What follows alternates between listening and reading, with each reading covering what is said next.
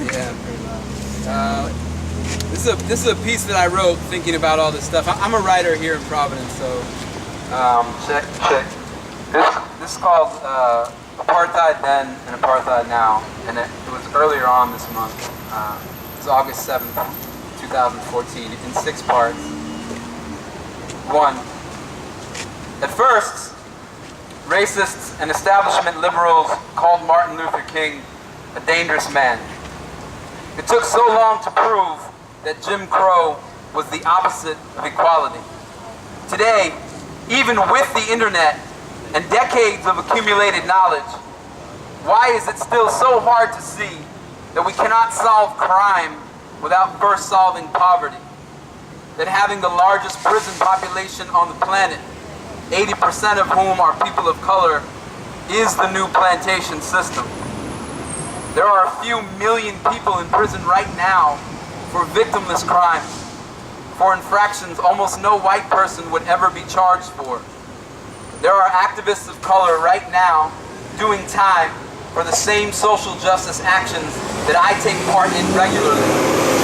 Slavery didn't end, it just got repackaged. 2. At first, South Africa's ruling elite and its white middle class called Nelson Mandela a dangerous man, labeled the African National Congress a terrorist organization, as did their US counterparts.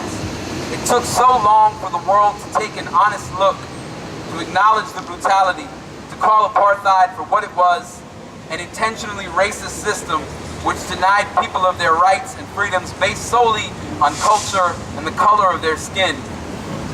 3. Apartheid is happening today in Gaza as the Israeli government and Zionist elite lay siege to 1.8 million Palestinians trapped in the world's largest open-air penitentiary. Apartheid is happening in West Bank as Zionist settlers build on Palestinian land with the support of their government in mind. How proudly they testify for the camera. Palestine never existed. God gave us this land. It says so in the Bible. There are many Arab nations, but this is Jewish land. It is Palestinians who must leave. Jewish-only roads connect illegal Zionist settlements, cutting Palestinian towns off from one another, literally segregating the land. Separate laws, separate water, separate schools, separate hospitals, separate rights. This time, the world sees. 138 out of 193 UN member states recognize the pre-1967 borders of the West Bank and Gaza as the sovereign nation of Palestine. Yes!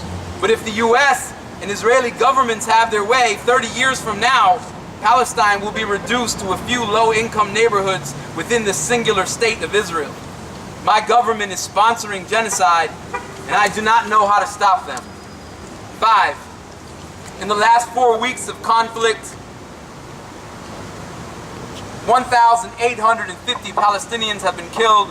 As we all know now, it's 4 weeks later, almost double that, on their own land by the Israeli Defense Force. Over 10,000 people have been severely wounded, 500,000 or more have lost their homes. By contrast, 60 Israeli soldiers have been killed while invading Gaza, as have 3, or it was 3 at the time, now it's 6 civilians, one of whom was actually bringing supplies to an Israeli missile station at the time.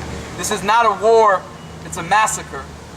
Bombing residential neighborhoods, hospitals, mosques, and schools is a war crime, whether there are resistance fighters there or not. 6, if I were a Palestinian writer living in Gaza, instead of a white male writer living in America, I might already be dead. If I were a black or Latino social justice organizer or citizen or any person of color living in South Providence, South Chicago, South Central, East St. Louis, Detroit, Oakland, Baltimore, New Orleans, Birmingham, Ferguson, or anywhere else in the prison state of my country, instead of a white male organizer living in an arts collective downtown, I might also already be dead.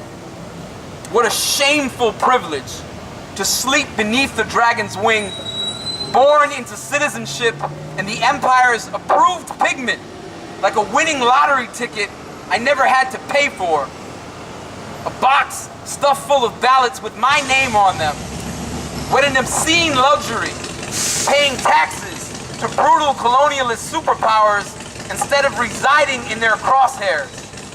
Free Palestine, long live Gaza, end the occupation, free all political prisoners at home and abroad. It is time to call apartheid for what it is, wherever we find it. Yeah. Power to the people. All right. Free, free Palestine! Yeah. Free, free Palestine! Free, free Palestine! Free, free Palestine! Free, free Palestine!